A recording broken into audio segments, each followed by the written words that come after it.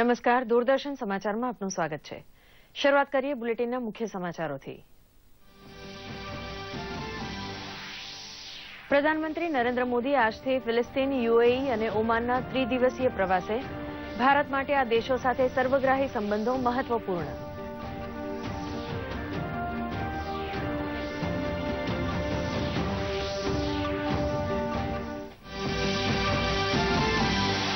संसद बजेट सत्रना प्रथम चरणનો આજે અંતિમ દિવસ। નાણામંત્રી અરુણ જેટલી વર્ષ 2018-19 માટે અનુદાન માંગ રજૂ કરશે। સત્રનો બીજો ભાગ 5મી માર્ચથી શરૂ થશે।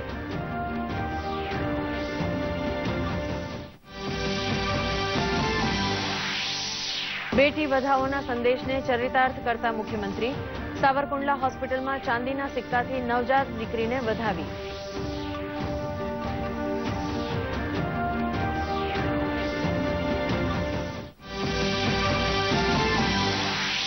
આજથી જૂનાગઢની ભવનાથ તળેટીમાં શિવરાત્રી મેળાનો પ્રારંભ। ઠેર ઠેર બમ બમ ભોલેના નારાની ગૂંજ।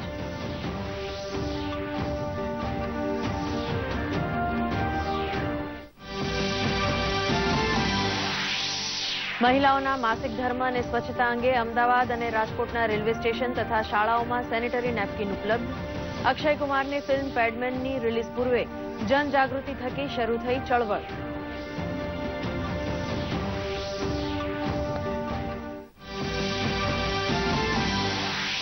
નવી દિલ્હી ખાતે ખેલો ઇન્ડિયા રમતોત્સવમાં ગુજરાતે જીત્યા 7 મેડલ્સ, જેમાં 2 ગોલ્ડ, 2 સિલ્વર અને 3 બ્રોન્ઝ મેડલ્સ સામેલ।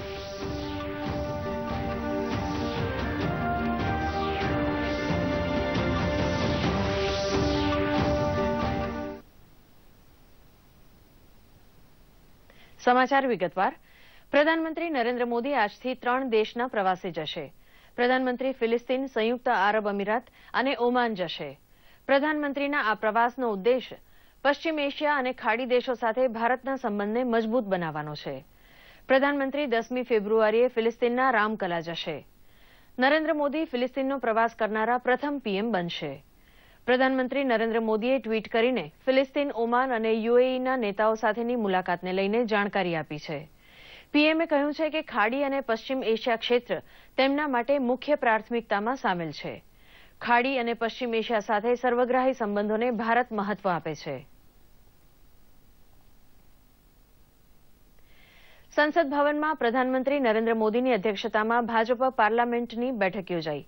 આજે બજેટ સત્રના પ્રથમ ભાગનો અંતિમ દિવસ હોવા સાથે ત્રિપુરા, મેઘાલય અને નાગાલેન્ડમાં આવી રહેલી વિધાનસભા ચૂંટણી સંદર્ભે આ બેઠક મહત્વપૂર્ણ મનાઈ રહી છે। આ ઉપરાંત આજે સંસદમાં નાણામંત્રી અરુણ જેટલી વર્ષ 2018-19 માટે અનુદાન માંગ રજૂ કરશે। તે અંગે પણ વ્યૂહરચના ઘડાઈ હોવાનું માનવામાં આવે છે। સંસદ બજેટ સત્રના પ્રથમ તબક્કાનો આજે અંતિમ દિવસ છે। નાણામંત્રી અરુણ જેટલી વર્ષ 2018-19 માટે આજે અનુદાન માંગ રજૂ કરશે। બજેટ સત્રનું બીજું ચરણ 5મી માર્ચથી શરૂ થશે। લોકસભામાં બજેટની ચર્ચા અંગે બોલતા અરુણ જેટલીએ કહ્યું હતું કે ગત સરકારની નબળી નીતિના કારણે વર્તમાન સરકારને ખેતી, રોજગાર પેદા કરવા અને ગરીબી ઉન્મૂલનમાં મુશ્કેલી આવી રહી છે, પરંતુ સરકાર પડકારનો સારી રીતે મુકાબલો કરી રહી છે। જેટલીએ કહ્યું કે સરકાર રાજકોષીય ખાધ ઘટાડવામાં સફળ થઈ છે। નાણાકીય અનુશાસનનું પાલન કરવાથી દરેક દેશ ક્ષેત્રમાં પ્રગતિ કરી રહ્યો છે।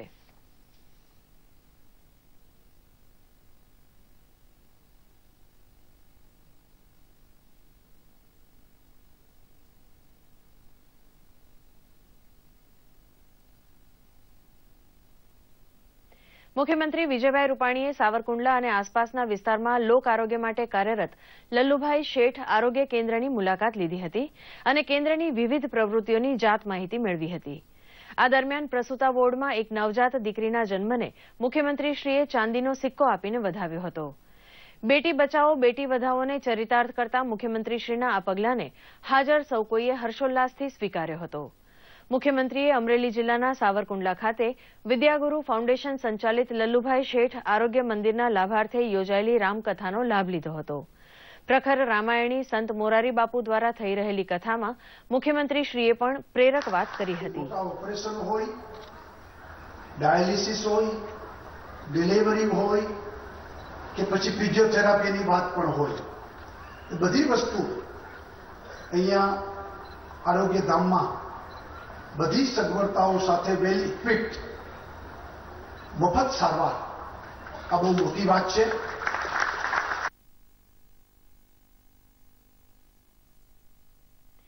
ગુજરાતમાં ખાણ અને ખનીજ સંપત્તિ પર માફિયાઓનો ડોળો હોવાની ફરિયાદ લાંબા સમયથી ઉઠતી હતી. જામનગર દ્વારકામાંથી મોટા પાયે થઈ રહેલી ખનીજ ચોરીનો પર્દાફાશ થયો છે.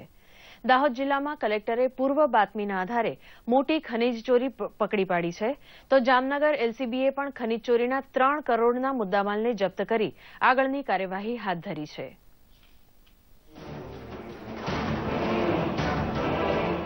ગુજરાતના 2 છેવાડાના વિસ્તારોમાં ચાલી રહેલી ગેરકાયદે ખનીજ ચોરીની ઘટના પ્રકાશમાં આવી છે. મધ્ય ગુજરાતના દાહોદ અને સૌરાષ્ટ્રના જામનગરમાંથી મોટા પાયે ખનીજ ચોરી પકડાઈ છે. દાહોદમાં તો ખુદ જિલ્લા કલેક્ટરે મળેલી પૂર્વ બાતમીના આધારે મસમોટી ખનીજ ચોરી ઝડપવામાં સફળતા હાંસલ કરી છે, તો જામનગર જિલ્લામાંથી થઈ રહેલી ખનીજ ચોરીને લોકલ ક્રાઇમ બ્રાન્ચે ઝડપી પાડી છે.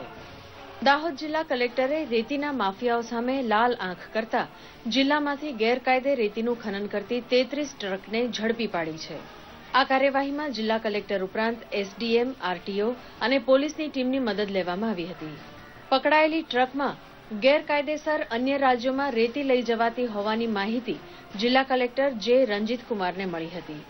આ માહિતીના આધારે કલેક્ટર અને લીમખેડાના એસડીએમના નેજા હેઠળ વિવિધ ટીમો દ્વારા દેવગઢ બારિયાથી લઈને લીમખેડાના વિસ્તારોમાં ઓપરેશન હાથ ધરવામાં આવ્યું હતું, જેમાં ગેરકાયદેસર ખનન કરાયેલી રેતી ભરેલી 33 જેટલી ટ્રક્સ પકડાઈ હતી. પકડાયેલી ટ્રકોમાંથી 4 લીમખેડા પોલીસ સ્ટેશન ખાતે અને 29 દેવગઢ બારિયા પોલીસ સ્ટેશન ખાતે જમા કરવામાં આવી છે. સંયુક્ત એક ટીમ બનાવીને એક જોઈન્ટ પેટ્રોલિંગ કરવામાં આવેલ. આ ઇન્સ્પેક્શનના સમયમાં 33 વાહનો ડિટેન કરવામાં આવી છે. આથી હવે લોકો ઓવરલોડેડ પણ ઓછું કરે એવી અમારી અપેક્ષા છે, જેથી રોડો ગામ અને નગરપાલિકાનો રોડો તૂટે નહીં. આ માટે ખાસ કરીને આ ડ્રાઈવ કરવામાં આવેલ. તો જામનગર લોકલ ક્રાઇમ બ્રાન્ચે દેવભૂમિ દ્વારકાના ભાણવડ તરફથી આવી રહેલી ₹90 લાખની કિંમતના ગેરકાયદે ખોદકામથી કાઢવામાં આવેલા સફેદ પથ્થરોથી ભરેલી 28 જેટલી ટ્રક્સને ઝડપીને સપાટો બોલાવી દીધો છે. જામ જોધપુર તરફ જઈ રહેલી આ તમામ ટ્રક્સની તપાસ અને જરૂરી દસ્તાવેજોના અભાવ પરથી ફલિત થયું કે આ સઘળો મુદ્દામાલ ગેરકાયદે છે. ઝડપાયેલા સફેદ પથ્થરો લગભગ 750 ટન જેટલા છે. કુલ 3 કરોડના ઝડપાયેલા મુદ્દામાલ અંગે વધુ વિગતો મેળવવા ખાણ ખનીજ વિભાગનો સંપર્ક કરવામાં આવ્યો છે. દૂરદર્શન સમાચાર માટે દાહોદથી પ્રેમશંકર કડિયા અને જામનગરથી જગત રાવલનો અહેવાલ. જૂનાગઢની ગિરિકંદરામાં યોજાતા પ્રાગ ઐતિહાસિક એવા શિવરાત્રી મેળાનો આજથી પ્રારંભ થશે. ભજન, ભોજન અને ભક્તિના ત્રિવેણી સંગમસમા ભવનાથમાં યોજાતા આ શિવરાત્રી મેળામાં 5 થી 8 લાખ શ્રદ્ધાળુઓ ઉમટે છે. મહાવદ નોમથી 13 સુધી ચાલતા આ ધર્મ મેળામાં દેશના ખૂણે ખૂણેથી વિવિધ અખાડા અને સંપ્રદાયના સાધુઓ ઉમટે છે. અહીંનું મુખ્ય આકર્ષણ નાગા બાવાઓ છે.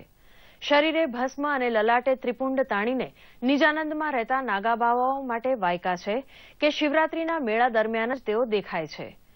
કહેવાય છે કે આ બાવાઓ ક્યાંથી આવે છે અને ક્યાં જાય છે તેના વિશે કોઈ જાણતું નથી. હર હર મહાદેવ અને બમ બમ ભોલેના જયઘોષથી વાતાવરણ પવિત્ર બનશે. ઉલ્લેખનીય છે કે ભક્તિ પ્રસાદની આહલેખ જગાવતા 300 થી વધુ અન્ન ક્ષેત્રો અહીં કાર્યરત છે. મિની કુંભ જેવું કહેવામાં આવે છે. અહીંયા આગળ આખા ઓલ ઇન્ડિયાની અંદર ફર્સ્ટ નંબરનો મિની કુંભ શિવરાત્રી મહાશિવરાત્રીનો દત્ત ભગવાનનો વેદ ભગવાન અહીંયા આગળ આવે છે. ગુરુમૂર્તિઓ આવે છે. અમારા મહંતો, શ્રી મહંતો, હરેક બ્રાન્ચના બધા અહીંયા આગળ સંતો ભેગા થાય છે. ભાવ અને શ્રદ્ધાથી વિશ્વાસથી મેળામાં આવી રહેલા લોકો વિવેકપૂર્ણ પોતાનો મેળાનો આનંદ માણે, સંત દર્શન, હરિદર્શન, ભોળાનાથના દર્શન કરી પોતાનું જીવન સફળ બનાવે.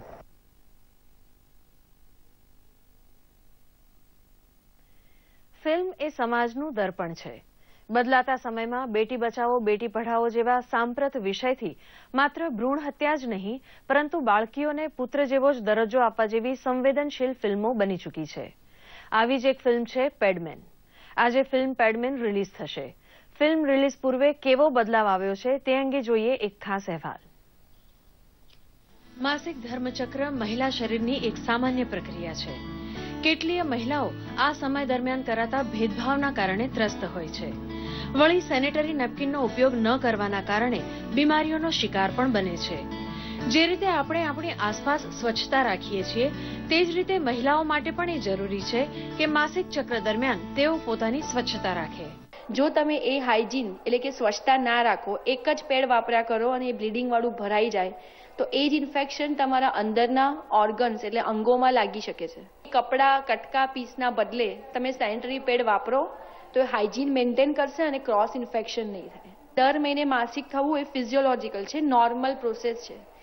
એને એક માન આપો, રિસ્પેક્ટ આપો, because it's a normal thing. મહિલાઓના માસિક ચક્રને એક નિષિદ્ધ પ્રક્રિયા તરીકે જોવાની સમાજની માનસિકતાને બદલવા માટે આ ફિલ્મ બનાવવામાં આવી છે. આ ક્રાંતિકારી સંદેશને ફેલાવવા માટેના પ્રયાસમાં રાજકોટ સ્ટેશન પણ આગળ આવ્યું છે. સ્ટેશન ઉપર મુકાયેલા વેન્ડિંગ મશીન થકી મુસાફર યુવતીઓ અને મહિલાઓ માત્ર 5 જ રૂપિયામાં સેનેટરી નેપકિન મેળવી શકશે. જે રોમાં પેડ અવેલેબલ હશે એ રો તમારે પહેલા રેડ બટન દબાવવાનું રહેશે આ રીતે. એના પછી તમને બીપ સંભળાશે. એના પછી તમારે 5 રૂપીઝનો કોઈન ઇન્સર્ટ કરવાની રહેશે આ રીતે.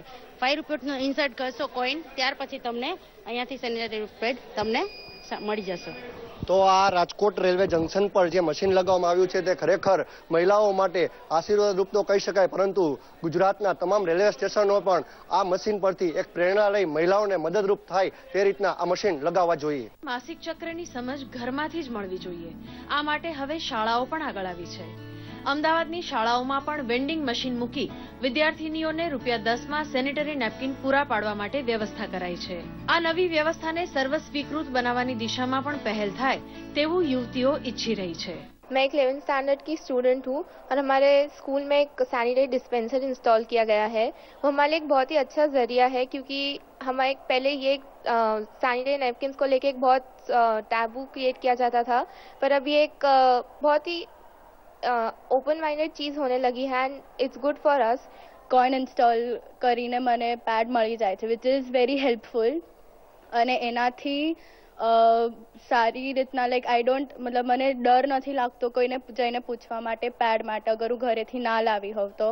हम लोग ने जो काफ़ी सालों से ये देखा है कि वो बेचारे जब मेंस्ट्रुएशन साइकिल में आते थे तो उनको थोड़ी हिच और टैबू होता था, तो उसको दूर करने के लिए हम लोग बहुत दिनों से इस पे कंटेम्पलेट कर रहे थे. હવે અમે વેન્ડિંગ મશીન નખાવી દીધું છે માટે ધડલ્લે બેધડક આવીને કહે છે કે મારે વોશરૂમ જવું છે, ત્યાં શાંતિથી એ સેનિટરી નેપકિન વેન્ડિંગ મશીનથી કાઢી શકે છે, વાપરી શકે છે અને એ લોકો નીડર થઈ ગયા છે.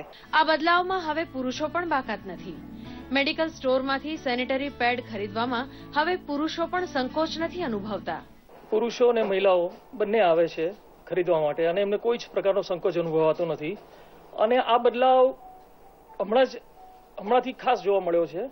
મેક ઇન ઇન્ડિયા સાથે ન્યૂ ઇન્ડિયા માત્ર રોજગારી માટે જ નથી પરંતુ સમાજ વ્યવસ્થાની માનસિકતામાં બદલાવ પણ એટલો જ જરૂરી છે. ગઈકાલ સુધી મહિલાઓ માટેના સેનેટરી નેપકિન ખરીદવા માટે પુરુષોને સંકોચ થતો હતો, પરંતુ સામાજિક જાગૃતતા ફેલાવતી ફિલ્મ પેડમેને આ સંકોચ દૂર કર્યો છે અને મહિલાઓ અને પુરુષોમાં જાગૃતતા ફેલી છે અને મોટો બદલાવ જોવા મળી રહ્યો છે. કેમેરામેન લક્ષ્મણ રાજપૂત સાથે મેઘના Dev, DD news, Ahmedabad. The institute of chartered accountants ઓફ ઇન્ડિયાની અમદાવાદ બ્રાન્ચને ICAI દ્વારા બેસ્ટ બ્રાન્ચના 2 એવોર્ડ્સ મળ્યા છે. 2017ના વર્ષ માટે ICAI અમદાવાદ બ્રાન્ચને મેગા કેટેગરીમાં બેસ્ટ બ્રાન્ચ અને ICAIના સ્ટુડન્ટ માટેના એવોર્ડ મળ્યા છે. આ અંગે વધુ માહિતી આપતા ICAIના અમદાવાદ બ્રાન્ચના ચેરમેન CA ચિંતન પટેલે જણાવ્યું હતું કે 55 વર્ષમાં પહેલીવાર મેમ્બર્સ અને સ્ટુડન્ટ માટેના બંને એવોર્ડ્સ એક સાથે કોઈ બ્રાન્ચને મળ્યા છે.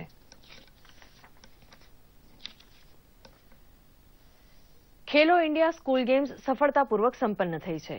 ગુરુવારે ખેલો ઇન્ડિયા સ્કૂલ ગેમ્સ સમાપન સમારોહ યોજાયો હતો, જેમાં રમતગમત મંત્રીએ વિજેતા ટીમને ટ્રોફી આપી હતી. ખેલોમાં હરિયાણાએ પ્રથમ, મહારાષ્ટ્રએ દ્વિતીય, જ્યારે દિલ્હીએ તૃતીય સ્થાન મેળવ્યું છે. ખેલમંત્રી રાજ્યવર્ધનસિંહ રાઠોડે જણાવ્યું હતું કે ફિટ અને સ્પોર્ટી રાષ્ટ્રની યાત્રા હવે શરૂ થઈ છે. તેમણે કહ્યું હતું કે દરેક શાળા અને પરિવારોને નિવેદન છે કે જીવનમાં શિક્ષણની સાથે સાથે રમત ખૂબ જ જરૂરી છે, જેથી દરરોજ રમત રમવી અનિવાર્ય છે. ગુજરાતે આ સ્પર્ધામાં 2 ગોલ્ડ, 2 સિલ્વર અને 3 બ્રોન્ઝ સાથે 7 મેડલ્સ જીત્યા છે. ગુજરાતી જુડો અને 3000 મીટર દોડમાં ગોલ્ડ, ગર્લ્સ 40 અને 70 કિલોગ્રામ ફ્રી સ્ટાઇલ રેસલિંગમાં સિલ્વર, જ્યારે kabaddi boys team, volleyball girls team અને 50 મીટર બટરફ્લાય સ્વિમિંગ ગર્લ્સમાં બોયઝ બ્રોન્ઝ મેડલ મેળવ્યો છે. આ સાથે સમાચાર બુલેટિન સમાપ્ત કરીએ છીએ. નમસ્કાર.